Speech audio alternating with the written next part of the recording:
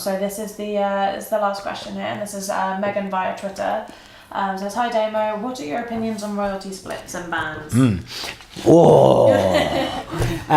So I'm just one guy. Yeah. So I'm just going to give you my opinion. Now, I think people watching this will have divided opinions, but this is just my opinion from being in bands and from seeing lots of bands and seeing the longevity of the bands. I'm kind of torn with this answer because if you are the person in that band who is the key, they are, for want of a better word, the linchpin. They are the person that holds the whole thing together with their songwriting, and it's all about that person. Then they deserve the extra. They deserve it because, you know, when you look at some great artists who are songwriters, that are singers, that sit down with their guitar and they go, I kind of write from the heart, and we're in a band, but you know, it's mostly me, then I think that does need to be recognized by the rest of the band. However, I am such a big fan of saying this is the long term, and there's 3 or 4 people in this, and if one person is pulling against you with your band, very difficult for it to work. So I am a big fan of royalty splits where it's just, look, we'll just have a third each or we'll just have a quarter each. Now, if you just go, yeah, but obviously one person is standing out, obviously, then that needs to be recognized. But I think with a lot of bands, there's so much work that goes unsaid, and someone is writing the songs, but someone else is promoting the shit out of it and pushing it and finding the gigs and all of that kind of stuff. So all of a sudden, that could be the linchpin. Just because someone's a great singer-songwriter, they might get nowhere at all unless the bass player is actually booking up the tour and actually booking the merchandise and inviting people down, and they might be a demon networker, and that might be the tipping point that then tips the band over the edge. So just to put everything into one basket and just say, well, you write the songs so you get all of the money and the rest of us will be on a wage. Don't forget as well, when you're in a band, if you're in a band of 4 people plus you have a manager who might take 20%, that's 5 people.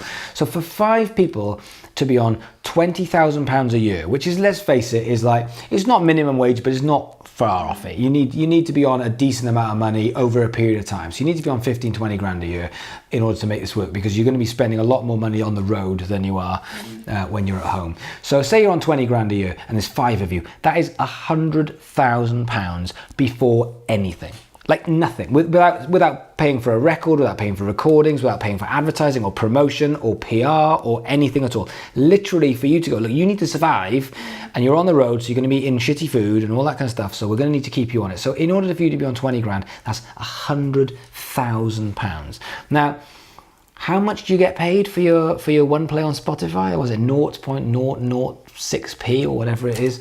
So in which case you have to make a fuck ton of money in order for you to basically to make even 10 grand. That's still £50,000, and people are watching this going, fucking hell, I can't make anything. How am I going to make £50,000? So, you know, in which case, when the band does start going and you actually do start getting somewhere, then if it were me, I'd be looking at ways of keeping everyone together as long as possible. So, you know, if someone does all of the work, I think they should be rewarded for that 100%. But I think there is so much that goes into a band. I think personally, my feeling is that should also be recognized.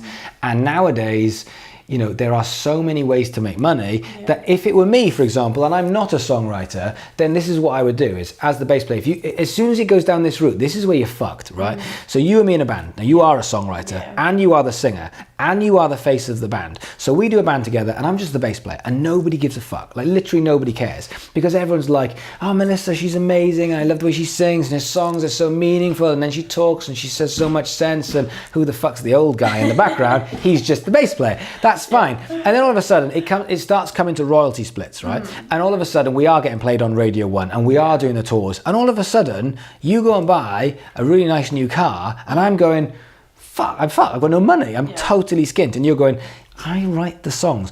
As an entrepreneur, do you know the first thing I would do is I'd be like, yeah, you're absolutely right. I'm going to go and build something, as we talked about earlier on with building content.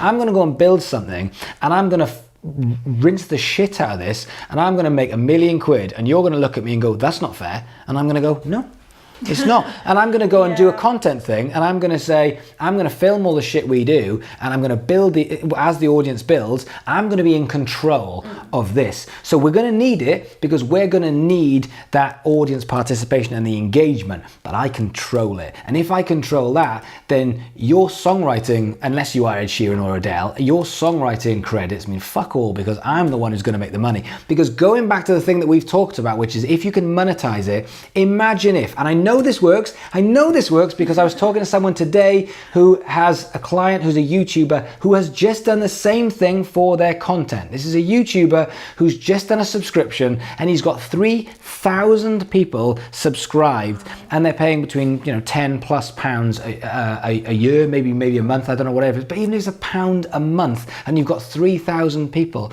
it's still your salary. And he's just starting out. So if we did that and I was Taylor Swift and I went, oh, so I can put music out on Spotify, that's fantastic, and I can make 0.0006p, fantastic. So in order to make £1,000, I have to get a #1 in every fucking country in the world. Or what I can do is go, well, I'm already Taylor Swift. What I'm going to do is I'm going to offer a subscription of content, which is free to make, and all you need is a video person and an architect to help you get it out there. But because I'm Taylor Swift, I'm going to charge £50 a year, or £10 a month, or whatever it's going to be. But you get to be in the Taylor Swift subscription package, where you're getting content from her every single day. All of a sudden, can you imagine if it's 50 quid a year and you're Taylor Swift and you can get 1 million people to sign up to it? Do the maths. Why the fuck is that not happening? £50 million. We're not talking about like, oh, I can make an extra £5 grand. If you're Biffy Clyro, if you're Taylor Swift, you have got the power to go and make millions and millions of pounds. And all you need to do is pick up your fucking phone and make content and find a way to get it to people that will not go outside of the thing. But, people say, oh yeah, but nowadays you can just hack into everything and everything will get shared. Yeah, it will, but not that much. Because if you're doing a bit of content every single day, no fucker's going to do that. You'll get the odd hack, but on the whole, people will go, oh, I can't be arsed. I'll just pay my money and I'll just get Taylor Swift in my face every single day. So it's a way that's been done on YouTube. It just needs to come across to the music industry. Why it's not happened is fucking mental, is beyond me. But when it comes to royalty splits, I think there's more ways of making money than music. So you've got to be really careful if you're the singer-songwriter that you take it all to yourself, because someone like me will come along and fuck you right up by taking the money from someone else. It's just the way it is. So I would say it should be recognised. However, you need to look after the people that look after you, is what I'd say. Yeah, and as you say, I mean, in the long term as well, like people will probably, bands will stay together longer. And the biggest band and the most successful band probably of all time, U2. Yeah. And what do? They split everything. 25% each. And so nobody's like renting a song. It's like, well, we're all going to make loads of money. Don't worry about it. We're all in this together. We're all a team. And what happens? They stay together forever. I'm not saying it is the only rule, but at least it stops the politics. And if not, get it sorted out really quick, because I know that everyone's happy until money starts coming in, and as soon as money's involved, at that point, fuck me, it splits a business up, it splits a band up. As soon as money is involved, when you're the boss, you hate it. That's just the way it works. It's so easy to go, oh yeah, but Richard Branson, yeah, but fuck Richard Branson, because everyone else is hated as a boss. That's just the way it works. So, when money comes in and there's 4 people and one person's making 50% more than everyone else, everyone goes, well, fuck you, because I want to write the songs. And if not, I'll go and do something else. And it's just, don't know, for me, it's all about longevity and making something work. All right, well, we are out of questions. Cool, that was really fun. I really enjoyed that. Some really good stuff in there, a lot of information. So you need to smash the subscribe. We're going to do a lot more competitions. So we're going to start giving better competitions. I'm going to do the Facebook reviews, and I'm going to offer it as a competition. So for today, if you want a Facebook review of your band, I will do it. I'm not just going to give them out willy-nilly, but I will do it for a competition winner. If you've got this far with this video and you want this to be you want me to review your Facebook, and I've already had 300 or 400 bands that have said that they want to do this. If you want it, you need to comment down below and just put the name of your band and a link. Obviously the YouTube or the Facebook or whatever it is, but put the link below of your band, and you need to subscribe to the YouTube and you need to subscribe to the Instagram. This is a two-way thing. is I'm going to bring you value personally, but you've got to bring me value. I want more people on my Instagram. My Instagram is just not big enough. So this is the way I'm going to bring value. You subscribe to my Instagram and my YouTube, and I'll get around to doing your Facebook. Simple as that. Ooh. Cool. Otherwise, Okay. get on it. Smash the subscribe, smash the like, hit me up with a comment, say hello. Otherwise, I'll see you guys soon. Bye.